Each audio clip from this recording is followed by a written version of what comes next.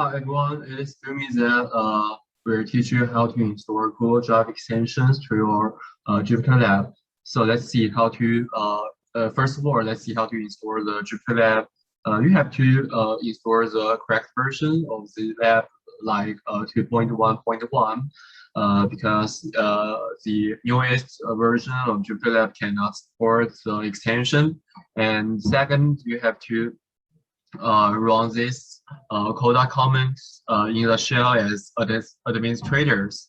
And then when you reopen the Jupyter Labs, you may find that it said build recommended, and you just click the build button, and or you can just run shell at administrator Jupyter Lab build, and then we can see that it will appear Google Drive icon in the sidebar, and we can also click the extension managers, and we'll find that the Google Drive extension is installed, and you have to make sure that you have enabled the extension in your Jupyter Lab.